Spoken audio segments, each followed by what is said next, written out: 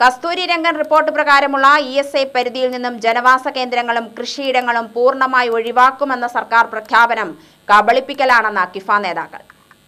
കേരള സർക്കാരിന്റെ പരിസ്ഥിതി വകുപ്പ് വെബ്സൈറ്റിൽ പ്രസിദ്ധീകരിച്ചത് ജനവാസ കേന്ദ്രങ്ങളും കൃഷിയിടങ്ങളും ഉൾപ്പെട്ടതും അല്ലാത്തതുമായ മാപ്പ് പ്രസിദ്ധീകരിച്ചത് ഇടത്താപ്പാണെന്നും കിഫ ഭാരവാഹികൾ പറഞ്ഞു.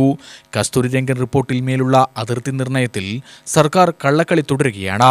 വില്ലേജ് അതിർത്തി മനസ്സിലാക്കാനാണ് വില്ലേജ് പൂർണ്ണമായും ഉൾപ്പെട്ടിട്ടുള്ള മാപ്പ് പുറത്തുവിട്ടത് എന്നാണ് പരിസ്ഥിതി വകുപ്പ് പറയുന്നത്. എന്നാൽ ആ മാപ്പ് പരിശോധിക്കുമ്പോൾ പല വില്ലേജുകളിലും വില്ലേജ് അതിർത്തിയിലൂടെയല്ല ESI അതിർത്തി പോയിരിക്കുന്നത്.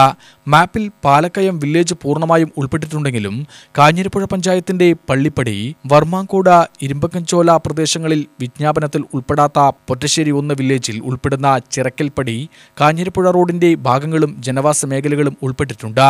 ഇതിൽ നിന്നു തന്നെ വില്ലേജ് അതിർത്തി അറിയാനായിട്ടാണ് 2 മാപ്പുകൾ നൽകിയിരിക്കുന്നത് എന്ന വാദം തെറ്റാണ്. എന്നുമാത്രമല്ല, കേന്ദ്ര സർക്കാർ പുറത്തിറക്കിയ ഗസ്റ്റ് വിജ്ഞാപനത്തിൽ വില്ലേജുകൾ പൂർണ്ണമായും ഉൾപ്പെടുത്തിയിരിക്കുന്ന തരത്തിലാണ് ലിസ്റ്റ് നൽകിയിരിക്കുന്നത്. അതുകൊണ്ട് തന്നെ സാധൂകരിക്കുന്ന രീതിയിലുള്ള മാപ്പുകൾ പുറത്തിറക്കേണ്ടത് നിയമപരമായി സംസ്ഥാന സർക്കാരിന്റെ ബാധ്യതയുമാണ്. അത് മറച്ചുവെച്ചുകൊണ്ടാണ് ജനത്തിന്റെ കണ്ണിൽ പൊടിയിടുന്ന നടപടികളുമായി സർക്കാർ മുന്നോട്ടു പോകുന്നത്.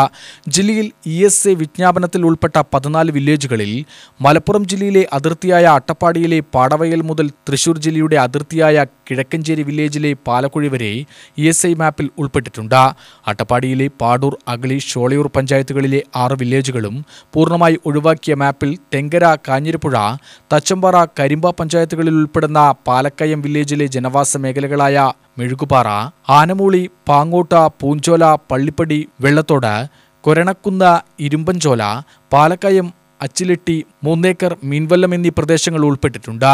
നിലവിൽ നൽകിയിരിക്കുന്ന 2 മാപ്പുകൾ ഏതാണ് അന്തിമമായി ഉപയോഗിക്കാൻ പോകുന്നത് എന്ന് ചോദിക്കുമ്പോൾ സംസ്ഥാന സർക്കാരിന് ഉത്തരമില്ലാത്ത അവസ്ഥയാണ്.